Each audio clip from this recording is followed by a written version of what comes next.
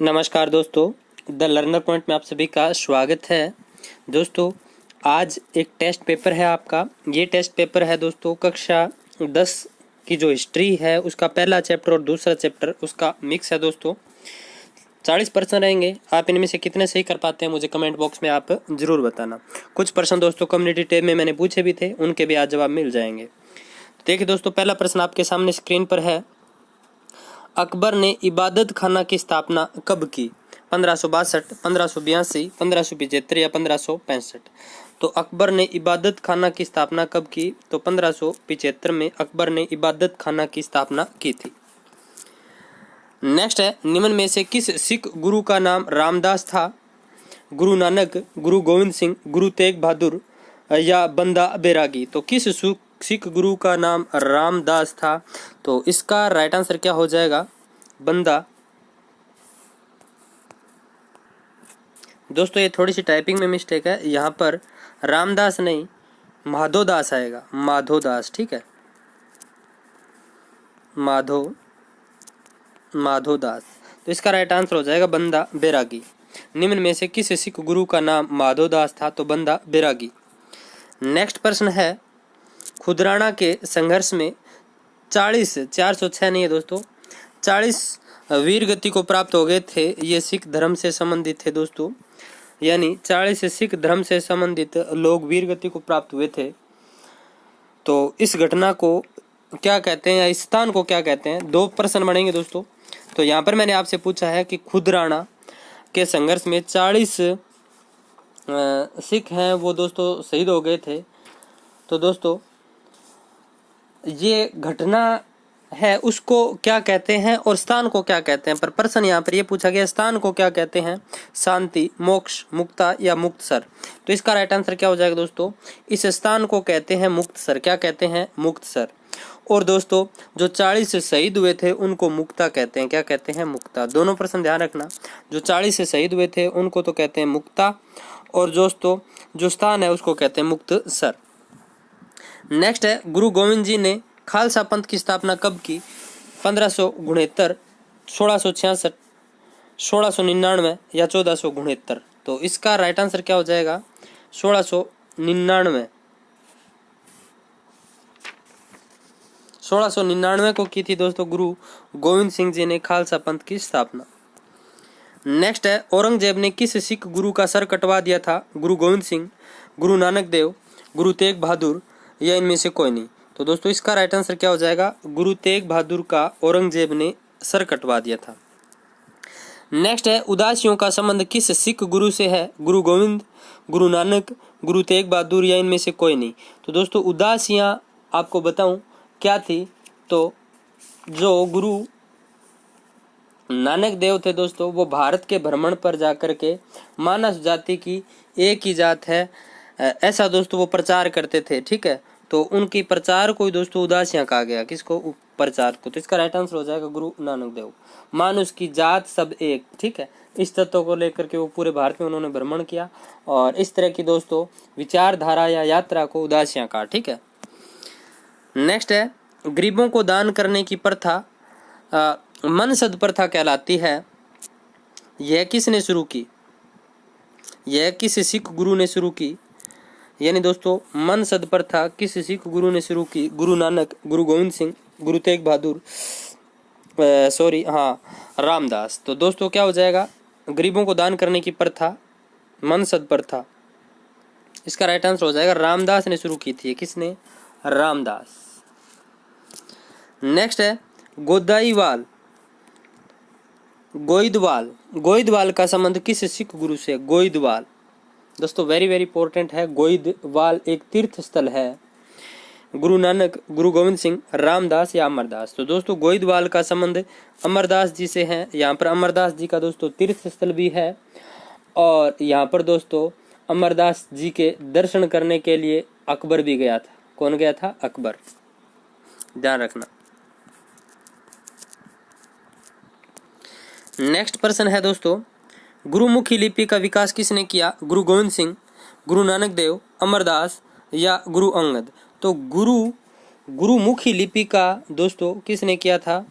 तो इसका right answer हो जाएगा गुरुमुखी लिपि का विकास गुरु अंगद देव ने किया। किसने? गुरु अंगद देव। दोस्तों ये गुरु नानक जी के शिष्य थे। इन्होंने जो गुरु नानक जी ने वाणियां कही थी उनको गुरुमुखी लिपि के द्वारा विकास किया था दोस्तों, यानी गुरु वाणी के रूप में इन्होंने लिपिबद्ध किया था। नेक्स्ट है मंजिया प्रथा की स्थापना किसने की? गुरु नानक देव, गुरु गोविंद सिंह, गुरु अंगद या रामदास। तो मंजिया प्रथा की स्थापना किसने की थी? इसका राइट आंसर क्या हो जाएगा? गुरु अंगद देव ने। किसने? गुरु अंगद देव। दोस्तों जो लंगर प्रथा का प्रचलन सत्संग के केंद्र मंजिया की स्थापना की थी इन्होंने, ठीक है। नेक्स्ट है शैली, यानी शैली दोस्तों ऊन की माला होती थी और वो सिख गुरु थे, वो धारण करते थे।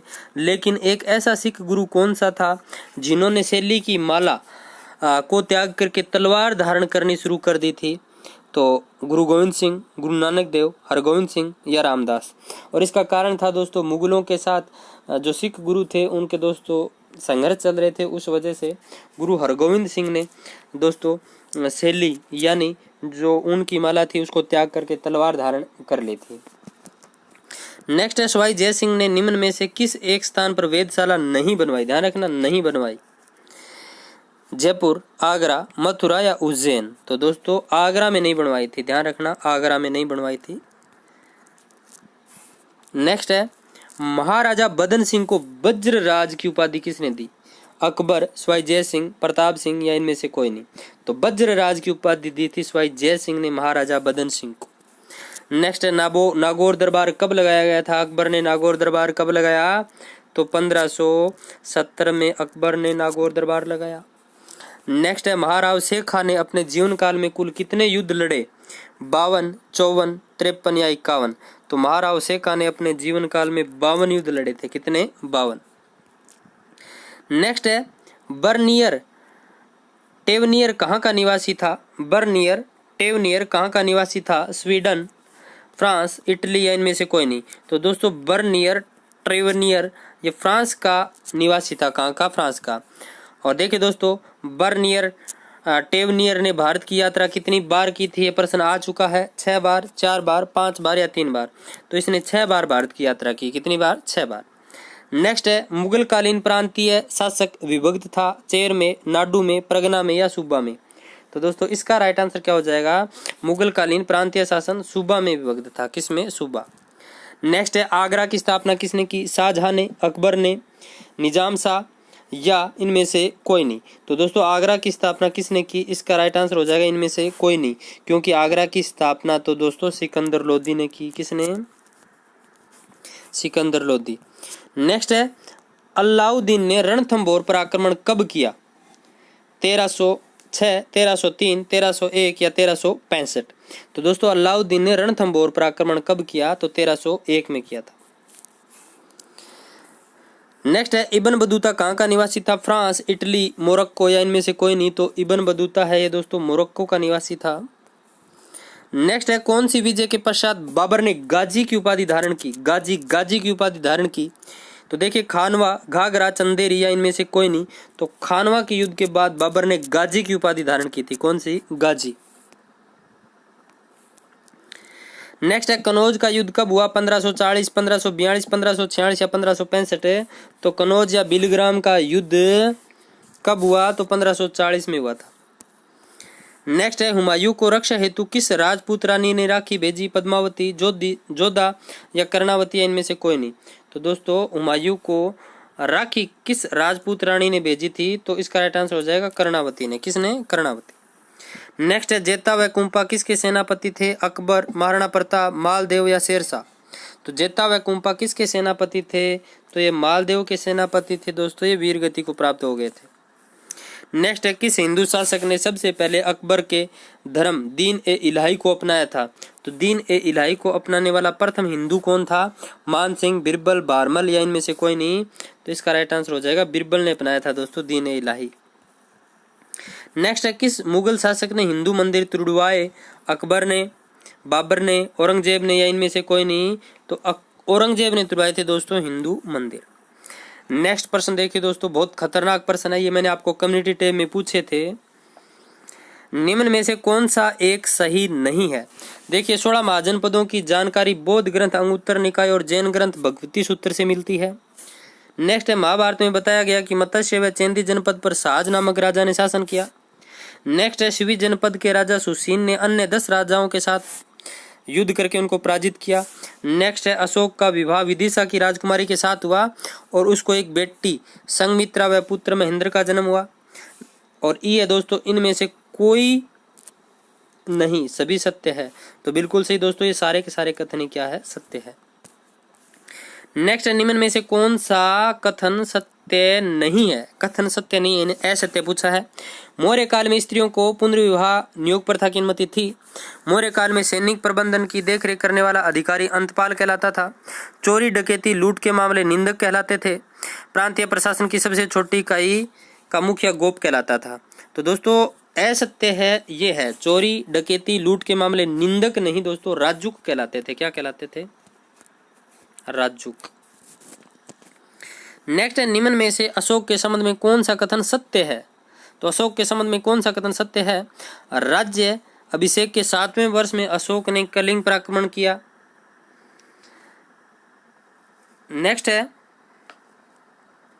अशोक को अपनी रानी कारुवाकी से महेंद्र व संघमित्रा पैदा हुए। राजतरंगिणी के अनुसार अशोक ने बौद्ध धर्म ग्रहण करने से पहले विष्णु का उपासक था। यानी कौन सा एक कथन सत्य है, ये देखना है। दिव्य दान के अनुसार अशोक के समय में तक्षशिला में 2 विद्रोह हुए। तो दोस्तों सत्य कौन सा है? तो पहला एक ही सत्य है, राज्य अभिषेक के 7वें वर्ष में अशोक ने कलिंग पर आक्रमण किया। बाकी देखिए दोस्तों, अशोक को अपनी रानी कारुवाकी से महेंद्र व संघमित्रा पैदा नहीं हुए थे। राजतरंगिणी के अनुसार अशोक ने बौद्ध धर्म ग्रहण करने से पहले विष्णु नहीं शिव का उपासक था। दिव्य दान के अनुसार अशोक के समय तक्षशिला में 2 विद्रोह हुए नहीं।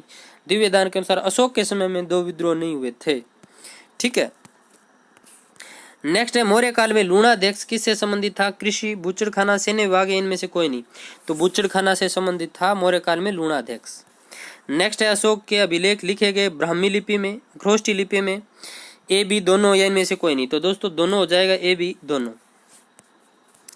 नेक्स्ट है, किन ग्रंथों से ज्ञात होता है कि चंद्रगुप्त ने दक्षिण भारत पर आक्रमण किया? इंडिका, एहनानूर, दिव्य दान या इनमें से कोई नहीं। तो इनमें से किन ग्रंथों के आधार पर ज्ञात होता है कि दक्षिण भारत पर आक्रमण किया? तो एहनानूर। दूसरा था दोस्तों नूरनानूर, ये तमिल ग्रंथ है, इनके अनुसार चंद्रगुप्त ने दक्षिण भारत पर आक्रमण किया था। नेक्स्ट है, अशोक के समय में मगध साम्राज्य कितने प्रांतों में बंटा हुआ था? 4, 5, 8 या 11। तो दोस्तों अशोक के समय में मगध साम्राज्य है ये, तो 5 प्रांतों में बंटा हुआ था दोस्तों। नेक्स्ट है, अशोक का धर्म संबंधित था अनुशासन से, धर्म से, नीति नियम से या बौद्ध धर्म से? तो अशोक का धर्म है, ये धम्म है दोस्तों, ये नैतिक शिक्षा से संबंधित था, नीति नियम। नेक्स्ट है, सातवाहन वंश की शक्ति व सत्ता का विस्तार किस शासक ने किया? सिमुख, सातकर्णी प्रथम, सातकर्णी द्वितीय, देवभूति? तो सातकर्णी प्रथम ने। नेक्स्ट है, किस शासक का नाम देवगुप्त मिलता है? चंद्रगुप्त सेकंड, समुद्रगुप्त प्रथम, समुद्रगुप्त या स्कंदगुप्त? तो दोस्तों इसका राइट आंसर क्या हो जाएगा? चंद्रगुप्त द्वितीय का नाम देवगुप्त मिलता है। नेक्स्ट है दोस्तों 38 नंबर, जवाब हाँ या ना में देना है दोस्तों। गुप्त काल में पर्दा प्रथा थी? हाँ या ना? गुप्त काल में पर्दा प्रथा थी। शुंग वंश की स्थापना पुष्यमित्र शुंग ने की। शकंदगुप्त ने सुदर्शन झील का जीर्णोद्धार कराया। चंद्रगुप्त द्वितीय ने नालंदा विश्वविद्यालय की स्थापना की। और नेक्स्ट देखिए दोस्तों, चंद्रगुप्त द्वितीय ने शक विजय के पश्चात विक्रमादित्य की उपाधि धारण की। श्रीगुप्त ने महाराजा धीराज की उपाधि धारण की। सातवाहन वंश का संस्थापक सिमुख था। राजू का संबंध न्याय व्यवस्था थे। तो हाँ या ना में आपको जवाब देने हैं। तो देखिए दोस्तों, ए है गुप्त काल में पर्दा प्रथा थी? तो नहीं, गुप्त काल में पर्दा प्रथा नहीं थी। नेक्स्ट है, शुंग वंश की स्थापना पुष्यमित्र शुंग ने की थी? तो बिल्कुल सही है, पुष्यमित्र शुंग ने की। नेक्स्ट है, शकंदगुप्त ने सुदर्शन झील का जीर्णोद्धार करवाया था? बिल्कुल सही बात है। नेक्स्ट है, चंद्रगुप्त द्वितीय ने नालंदा विश्वविद्यालय की स्थापना की? नहीं, चंद्रगुप्त द्वितीय ने नहीं की थी, कुमारगुप्त ने की थी। नेक्स्ट है, चंद्रगुप्त द्वितीय ने शक विजय के पश्चात विक्रमादित्य की उपाधि धारण की? बिल्कुल सही बात है। नेक्स्ट है श्रीगुप्त ने महाराजा धीराज की उपाधि धारण की नहीं। श्रीगुप्त ने तो महाराजा की उपाधि धारण की थी या महाराज की उपाधि। महाराजा धीराज की उपाधि है वो चंद्रगुप्त ने धारण की थी। नेक्स्ट है सातवाहन वंश का संस्थापक सिमुख था। तो सातवाहन वंश का संस्थापक सिमुख था, बिल्कुल सही है। नेक्स्ट है राजयुग का संबंध न्याय व्यवस्था से था। तो बिल्कुल सही है, राजयुग का संबंध किससे था? न्याय व्यवस्था। तो ये दोस्तों सारे प्रश्न थे। आई होप आपको अच्छे लगे होंगे। अच्छे लगे तो लाइक करना, शेयर करना।